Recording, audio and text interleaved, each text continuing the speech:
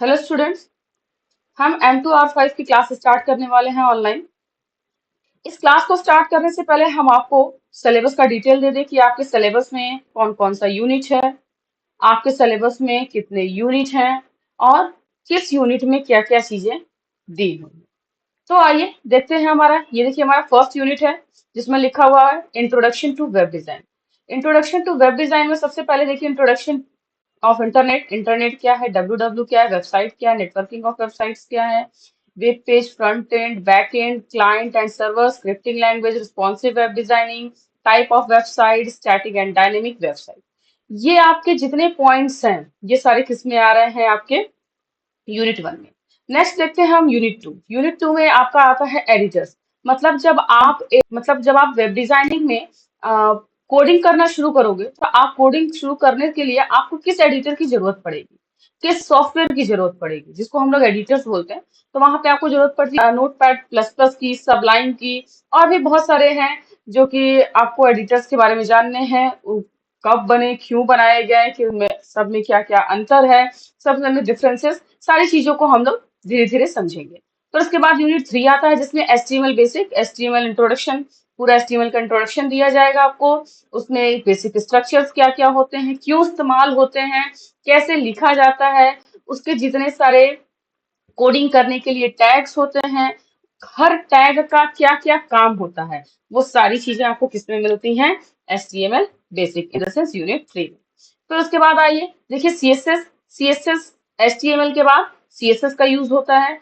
अब CSS आप ऐसे समझिए जैसे कि मान लीजिए घर बनाना हो, तो एक घर बनाने के लिए आपको किसकी जरूरत पड़ती है, भाई गिट्टी बालू सरिया, आप इनकी जरूरत पड़ती है। तो उसी तरह एक वेब डिजाइनिंग के लिए आपको जब स्ट्रक्चर तैयार करना होता है तो आपको HTML की जरूरत पड़ती है। ठीक है। बट जब उस पर डेकोरेशन करना हो, जैसे घर है, अब उस पर क्या करना है, आपको डेकोरेशन करना है, तो आपको किसी भी वेब पेज को डिजाइन करने के लिए जो डेकोरेशन की जरूरत पड़ती है वो क्या होता है, सीएसएस।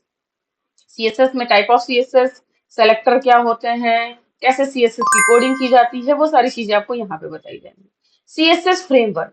सीएसएस फ्रेमवर्क क्या है, जैसे सीएसएस में बहुत सारे ऐसे सेलेक्टर्स हैं, बहुत सारे ऐसे कोड हैं जो कि हमें खुद करने पड़ते हैं।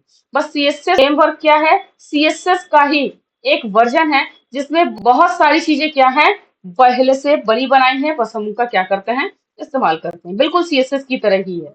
ठीक है। नेक्स्ट है JavaScript and angular JS. JavaScript क्या है, एक वेब पेज डेवलप करते हैं तो उसका स्ट्रक्चर बनाने के लिए आप HTML का यूज करते हैं, उसको डेकोरेट करने के लिए CSS का यूज करते हैं, बट उस पे एक्शन परफॉर्म कराने के लिए आप किसका यूज करते हैं, JavaScript and angular JS. Angular JS क्या है, जावास्क्रिप्ट का फ्रेमवर्क। जैसे आप फ्रेमवर्क का ऐसे मतलब समझिए कि जैसे यहाँ पर भी फ्रेमवर्क था, तो जैसे मान लीजिए कि आप एक कपड़ा खरीद कर आप वो सूट सिलवाते हैं, ठीक है, लेकिन बाहर मार्केट में भी रेडीमेड सूट मिलता है। तो जो रेडीमेड है वो क्या है, CSS फ्रेमवर्क। मतलब मिला, मतलब खरीदा और इस्तेमाल किया, मतलब पहले से बना बनाया कोडिंग है, हम उसको क्या करेंगे, यूज करेंगे। यहाँ पर क्या है, हम अपने हिसाब से कपड़ा खरीद कर अपने हिसाब से जैसे मन करेगा वैसे बनाएंगे। तो यहाँ पर क्या है, अपने हिसाब से जैसे मन करेगा हम वैसे पेज को क्या करेंगे, डेकोरेट करेंगे। सेम वैसे ही जावास्क्रिप्ट है। जावास्क्रिप्ट किस लिए यूज होता है, पेज पे एक्शन परफॉर्म कराने के लिए, वेब पेज पर। और एंगुलर जेएस क्या है, जावास्क्रिप्ट का फ्रेमवर्क। मतलब पहले से कुछ एक्शन बने बनाए पहले से आपको प्रोवाइड होते हैं, वो कैसे यूज कर सकते हैं, एंगुलर जेएस के थ्रू।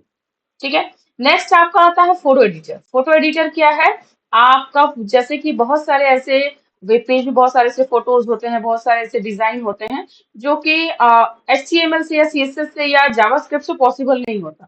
तो हम लोग क्या करते हैं, फोटोशॉप से उसको क्रॉप करना, उसको कई सारे फोटो को मर्ज करके एक फोटो बनाना, बहुत सारी चीजों को हम लोग क्या करते हैं, फोटोशॉप के थ्रू यूज करते हैं। तो उसके लिए हमें क्या पढ़ना पड़ता है, फोटो एडिटर।